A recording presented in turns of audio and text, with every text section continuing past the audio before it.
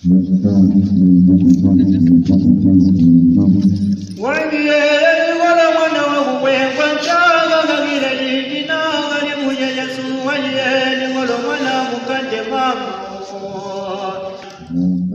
name is John Njovu. I'm the coordinator for EvalIndigenous Voice Project in Africa. I would like to welcome you to this recording.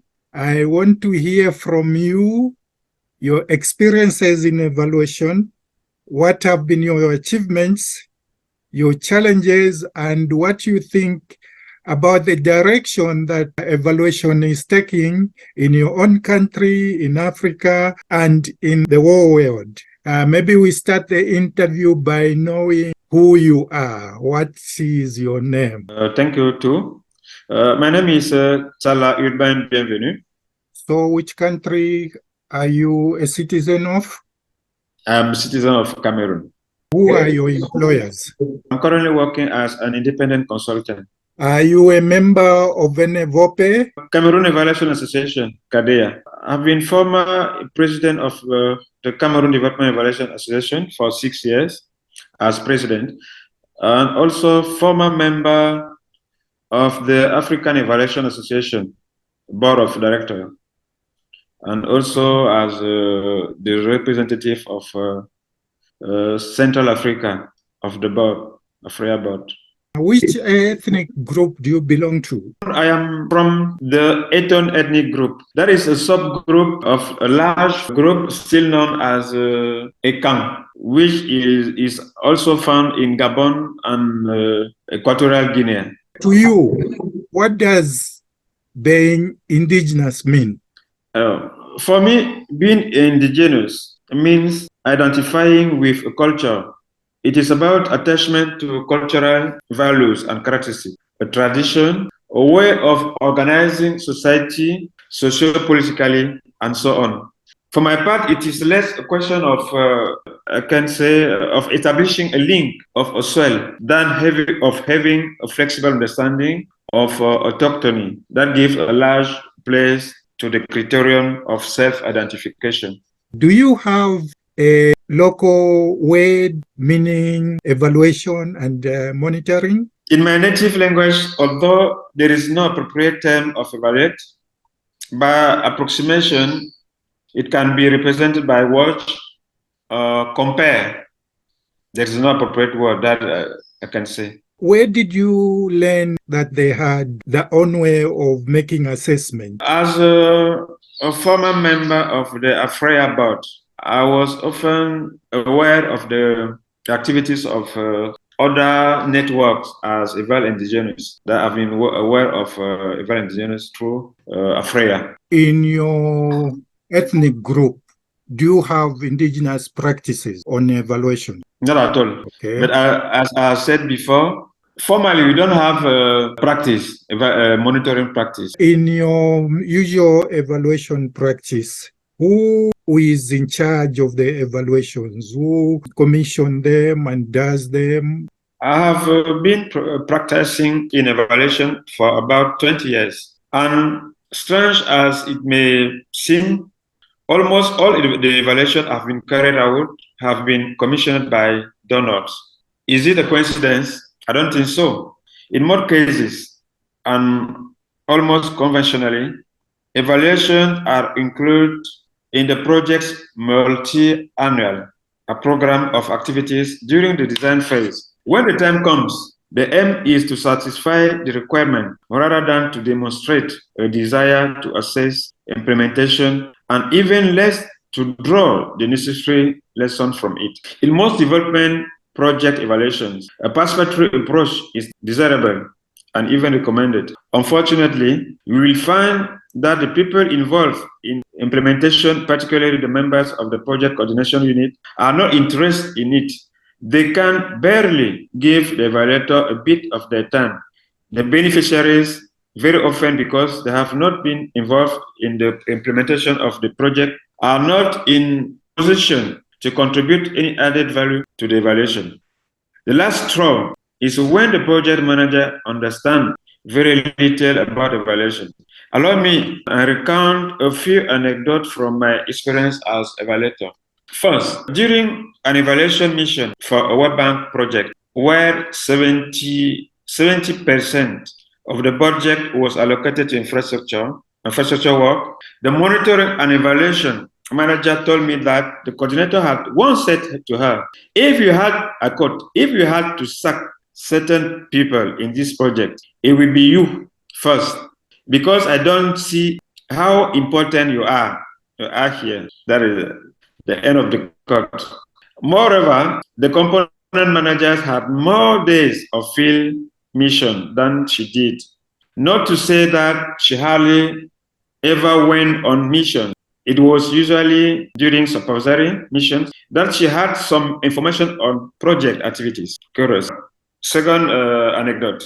Some donors, such as the World Bank, rarely include an evaluator in their supervisory mission teams. On the other hand, for a donor such as IFAD, there is always an evaluator on the team. We also reflect the interest of evaluation. The third anecdote.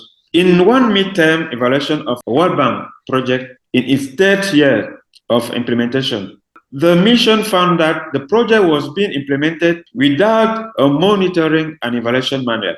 Fourth, and not the least, it had also happened that while I was carrying out the final evaluation and the capitalization report on a project, the project document for the second phase of the same project was being finalized without even waiting to integrate the recommendation of the evaluation and the lesson learned from the first phase into the new project. As a result of the above, there is a very reason to believe that in most cases, recognizing, however, that there are exceptions to the rule, evaluations are carried out more to satisfy a contractual requirement. That is my opinion and based on my experience as evaluator. In your view, when was an evaluation done so well and what worked for the community? Normally, an evaluation has been really well done when all stakeholders at both strategic and operational levels share the same interest in terms of methodology and objectives to be achieved and are collectively committed and concerned to improve the project's performance and achieve a desired improved situation compared to the problematic one at the outset. When stakeholders understand and share an understanding of the project's theory of change, and when local people in particular feel involved in the implementation of the project and feel that their voice counts, this can be, according to me, a guarantee of success. Do you have any specific example? Less. I don't. The example I've done, I can say in percentage, less than 10% of evaluation I've done have been well done. The stakeholders have been involved in the evaluation. Who in your community makes decisions on evaluations, and what is the process?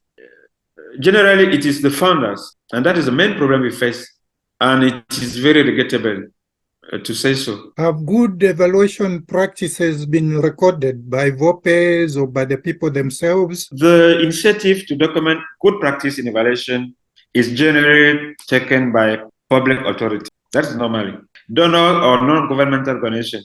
It is more likely to flourish in an environment where evaluation is institutionalized, and this comes at a cost.